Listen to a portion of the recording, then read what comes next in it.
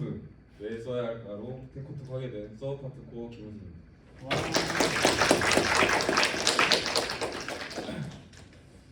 제가 단독으로 저를 찍은 사진이 별로 없어서 제가 어렸을 적 사진을 가져와 봤는데 육아 난이도가 꽤 높아 보이죠. 동의하시면 잘 보신 겁니다. 어쨌든 뭐 본론으로 돌아와서 이제 오늘 클린 코드를 말하기 앞서서 혹시 이제 여러분들이 본인이 이제 며칠 전에 썼던 코드인데 다시 보면서 이거 내가 쓴 거 맞나? 싶었던 적 혹시 있으신가요? 저는 있긴 했습니다. 분명히 이제 내가 작성한 코드임에도 불구하고 다시 이해하기 위해서 고민하게 되고 이제 그런 상황들이 한 번쯤은 경험해 보셨을 때가 있었을 거라고 생각해요. 그래서 제가 오늘 나눌 이야기는 바로 이런 고민을 덜어줄 수 있는 클린 코드입니다. 클린 코드를 딱 뭔지 감이 잘 안 오실 수도 있을 것 같은데 그래서 클린 코드가 무엇인지에 대해서 먼저 알아보도록 하겠습니다. 클린 코드란 무엇인가? 혹시 이제 이미 좀 익숙하신 분들이 있을 것 같기도 하고 아니면 처음 보시는 분들이 있을 것 같아요. 혹시 여러분들이 생각하는 클린 코드 뭐라고 생각하시는지 우리 웹파트 코어 만재님께 한번 질문을 드려보도록 하겠습니다. 재사용이 가능하고 남이 봤을 때 이해가 쉬워야 되고요. 그리고 한 함수가 담당하는 일이 하나여야 되는 그런 코드가 클린 코드라고 생각합니다. 좋습니다. 클린 코드는 한마디로 진짜 읽기 쉽고 수정하기 쉽고 이해하기 쉬운 코드를 딱 말해요. 여기서 핵심은 바로 이 쉬움이라는 거예요. 예시를 들어서 좀 설명을 드리고자 하는데 이제 다음 코드가 이제 한 2개 정도가 있는데 이제 A와 같은 경우만 딱 놓고 봤을 때 해당 메소드가 혹시 어떤 동작을 하게 될지 예상이 잘 되시나요? 아마도 코난이 아닌 이상 알기 힘들 거라고 생각합니다. 근데 반면 이제 B와 같은 메소드를 보시면 메소드 바디를 굳이 보지 않더라도 이제 메소드 이름과 시그니처만 봐도 A와 B를 더해주는 동작을 하는구나 하고 누구나 쉽게 이해하기 쉬울 것 같아요. 이제 한마디로 B의 경우가 A에 비해서 읽기 쉽고 이해하기도 쉽죠. 한마디 이제 클린 코드는 이런 차이점부터 시작하는 거예요. 이제 그렇다면 이 클린 코드 도대체 왜 필요할까요? 혹시 클린 코드가 왜 필요할지에 대해서 생각해 보신 적이 있으신가요? 혹시 준희 씨 왜 필요하다고 생각해 보신 적 있으신가요? 다른 개발자와 협업할 때 서로의 코드를 읽어야 되기 때문에 필요할 것 같습니다. 아주 좋습니다. 제가 오늘 딱 발표할 내용인 것 같아요. 클린 코드가 왜 필요할지에 대해서 얘기를 먼저 해볼 것 같은데 실제로 여러분들이 실무에 이제 개발자로 취직을 하게 되시면 개발자의 업무 시간 중 70%가 남의 코드를 읽고 이해하시는 데 쓰이게 될 거예요. 이제 코드가 지저분하게 되면 유지보수 비용도 늘어나고 그만큼 팀의 이제 생산성도 떨어뜨리게 되겠죠. 그렇게 되면 결국 회사에서는 이제 실적 저하로 이어지게 되고 실제로 이제 한 스타트업에서는 이제 클린 코드 원칙을 도입한 이후로 버그도 절반으로 줄고 리뷰 시간도 단축되는 효과를 경험한 적이 있어요. 결국 이제 클린 코드는 단순히 이제 저희 개인만의 문제가 아니라 팀의 큰 효율성에도 영향을 미치게 됩니다. 이제 저도 딱 이 얘기를 처음 들었을 때 그러면 혼자 개발하시는 프리랜서 분들은 클린 코드 안 써도 되지 않냐 라고 생각할 수 있을 것 같아요. 저도 그런 생각을 분명히 했었거든요. 이제 혼자 아무리 개발을 하신다고 한들 본인들이 이제 예전에 작성해 두신 코드들이 있을 거예요. 이제 본인들의 GitHub 들어가셔서 한번 본인들이 예전에 작성해 놓은 코드를 한번 봐보십시오. 단번에 혹시 이해가 되는지.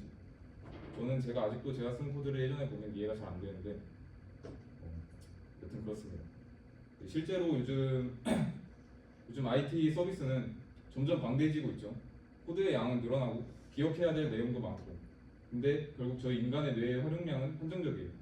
그래서 이러한 상황에서 작성자에게 물어볼 필요도 없이 한눈에 봐도 당연하게 이해되고 각자가 맡은 파트에 대해서 집중할 수 있다면 시간적으로나 물론 정신적으로나 효율적으로 프로그래밍을 할 수 있겠죠. 그럼 이 클린 코드에도 이제 이를 지키기 위한 다양한 원칙들이 있어요. 그 중에서 딱 5가지를 꼽아보고자 해요.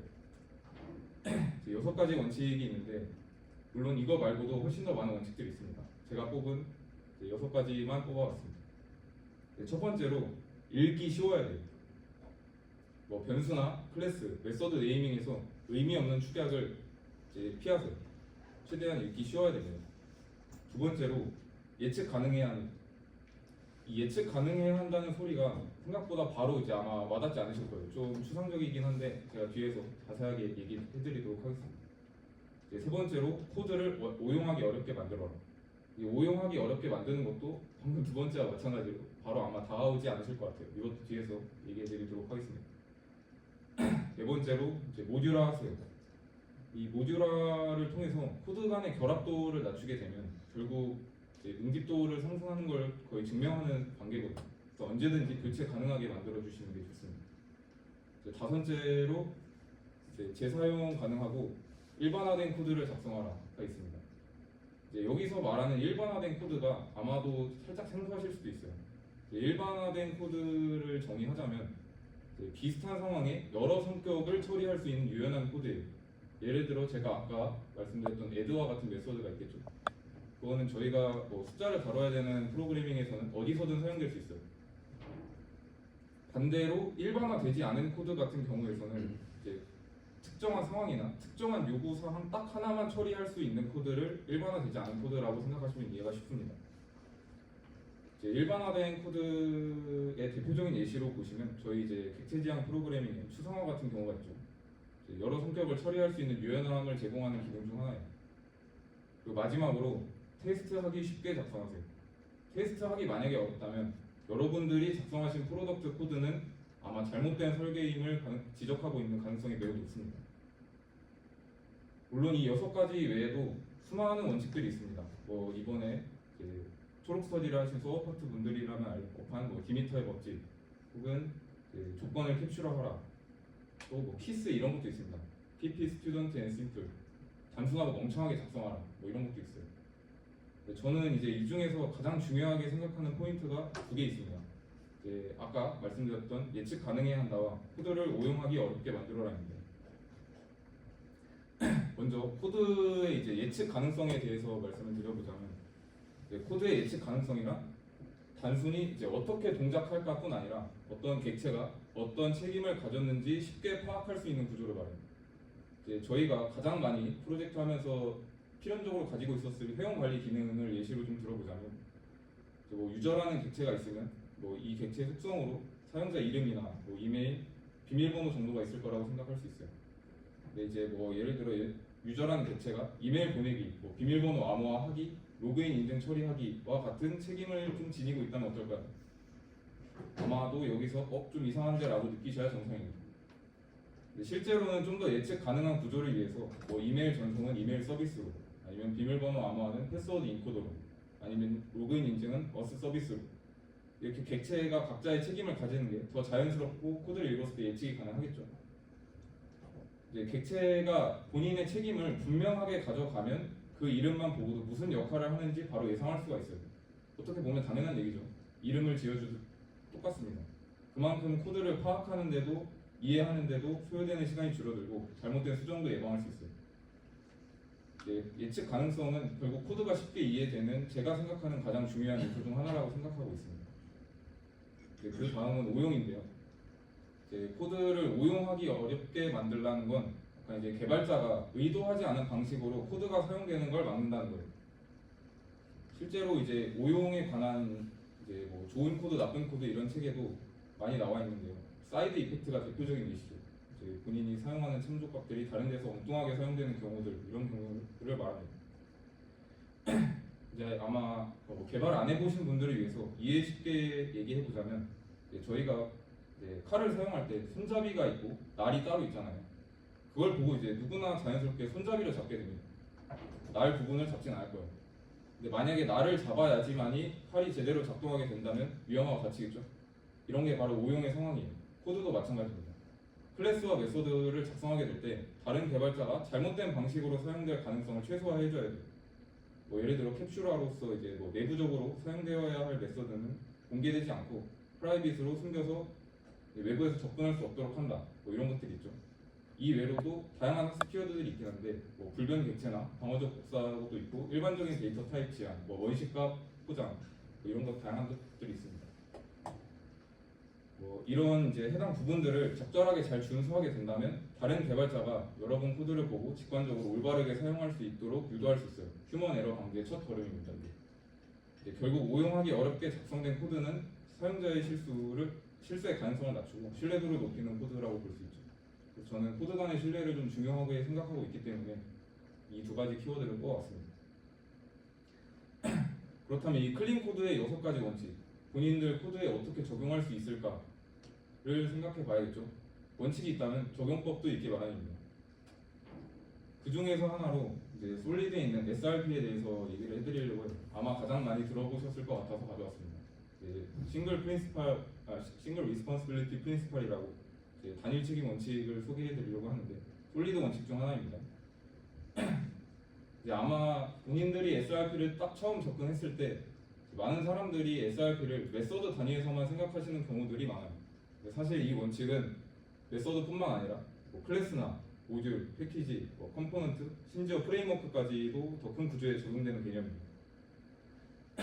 쉽게 말해서 이제 단일 책임이란 하나의 코드 단위가 딱 하나만의 역할을 해야 되는 거예요.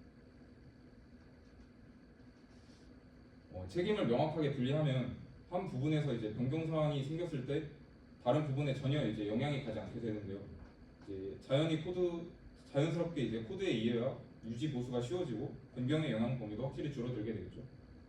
아마 변경 영향 범위에 대해서 생각해 보시면 좋을 것 같아요. 본인들이 이제 작성한 코드들을 하나 수정했을 때 이것도 바꿔야 되고 다른 데 가서 저것도 바꿔줘야 되고 얘가 수정됐으니까 저기 넘어 있는 다른 것도 바꿔야 되는 상황이 분명히 경험해 보셨을 것 같아요. 그렇기 때문에 이 SRP를 잘 적용해 보면 좋을 것 같아요.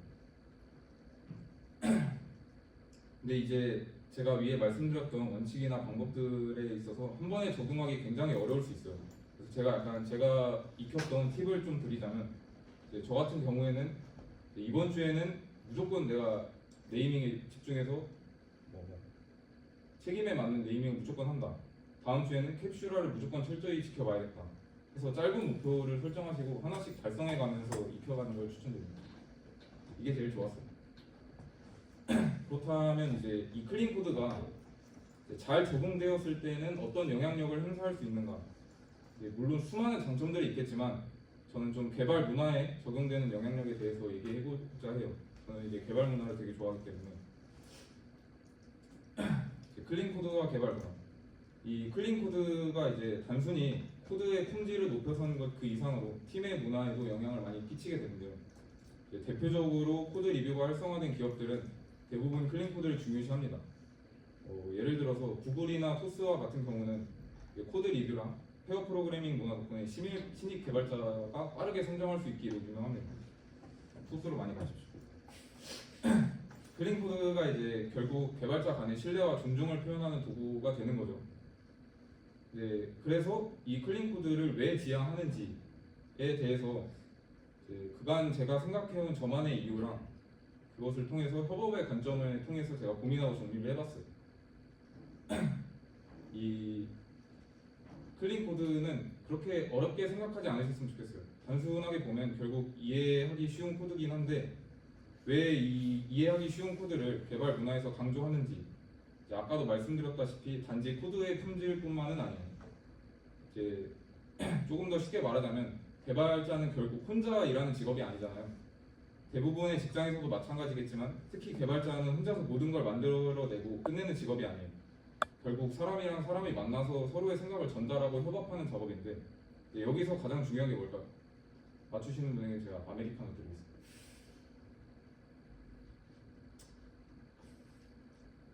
다행이네요. 바로 이제 소통입니다. 이제 빠르고 정확한 커뮤니케이션이에요. 이제 그러기 위해서 이제 많은 저희 이제 한국어로 얘기할 때는 두 가지식으로 말하기를 많이 직장 내에서 사용을 하죠. 근데 여기서 이제 개발자와 다른 직업 간의 특별한 점이 하나 있다고 저는 생각했어요. 이제 바로 일반적인 모국어와 또 하나의 언어, 이제 프로그래밍 언어라는 두 가지 언어로 소통한다는 점이라고 생각을 했어요. 잠깐 저희가 좀 돌이켜서 생각을 해보자면 저희가 이제 서로 대화를 나눌 때 한국어로 이제 대화를 나누게 되잖아요. 이제 여기서 이해하기 어렵고 대화가 잘 통하지 않는 사람이랑 계속 이야기하고 싶었던 경험이 있나요? 아마 당연히 없을 거라고 생각합니다. 대화가 매끄럽게 흘러가고 이해하기 쉬운 말을 하는 사람이랑 대화를 하고 싶을 거예요. 프로그래밍 언어도 이거랑 똑같습니다. 개발자로서 함께 일하는 동료의 코드를 이해하기 어려우면 협업이 잘 될까요? 아마 잘 안 될 겁니다. 이제 코드로서 서로의 의도와 생각을 명확하게 전달하지 못하면 결국 협업에도 문제가 생기기 마련이에요. 클린 코드는 그래서 중요합니다. 우리가 프로그래밍 언어로 소통할 때 서로 쉽고 이해하고 빠르게 협력할 수 있는 공통의 언어 규칙을 만들어주는 거예요. 이제 그렇기에 뭐 코드 컨벤션이나 자바 스타일 가이드 같은 것들이 존재하겠죠. 이제 결론적으로 여러분들이 이제 친해지고 싶은 사람이 있듯 회사도 결국 함께 일하고 싶은 사람을 채용합니다. 지금껏 클린 코드를 배우고 고민하는 이유는 결국 함께 일하고 싶은 개발자가 되기 위한 첫 걸음이라고 저는 생각하고 있어요. 좋은 소통을 위해서 한국어를 잘 쓰듯이 좋은 소통을 위해서 클린 코드를 사용하는 거예요. 그래서 이제 클린 코드를 이제 지금부터 한번 실천해 나가보시면 좋을 것 같은데 여러분 혹시 클린 코드의 중요성에 대해서 공감되시나요? 네. 저는 처음에 공감보다는 흥미에 좀 가까웠던 것 같아요. 근데 물론 공감이 안 되셔도 괜찮습니다. 원래 비판적인 시선으로 바라봤을 때 얻을 수 있는 본인만의 시각이 더 뚜렷한 법이기 때문에 그렇게 공감이 안 되셔도 크게 걱정하실 필요 없어요. 공감이 되시는 분들은 혹시 실제로 코드 작성할 때 클린 코드 쓰는 게 쉽지 않았죠? 이유는 아마 다양할 겁니다. 급한 일정, 습관적인 축약. 오늘 이후로 여러분들이 쓰는 코드가 당장의 내일의 동료가 본다고 생각하면 아마도 클린 코드를 잘 적용해 보고 싶을 거라고 생각해요. 근데 동료라는 느낌이 아직은 그렇게 익숙하지 않으실 것 같아요. 그래서 제가 아까 말씀드렸다시피 오래전에 여러분들이 작성했던 코드를 다시 한번 협업하는 개발자라고 생각하고 되돌아보는 것도 좋은 접근입니다. 오늘 제가 결국 말씀드리고자 하는 요지는 지금 당장 클린 코드를 작성하세요가 아니에요. 여러분들이 클린 코드를 왜 써야 하고 또 내가 생각하는 클린 코드만의 기준은 무엇인가를 자신만의 이유를 좀 찾아가셨으면 좋겠어요. 원래 본인만의 기준을 세울 수 있기 위한 첫 걸음을 제가 오늘 제안하는 겁니다. 저 이제 저를 포함한 여러분들이 질문이나 답을 통해서 본인만의 답을 찾아갈 수 있는 사람이 되었으면 좋겠어가지고 오늘 발표로서 얘기하고자 하는 내용은 이거고요. 우리 모두가 함께 일하고 싶은 동료가 되기 위해서 클린 코드라는 두 번째 언어로 소통하는 것 함께 고민하고 나아갔으면 좋겠습니다. 감사합니다.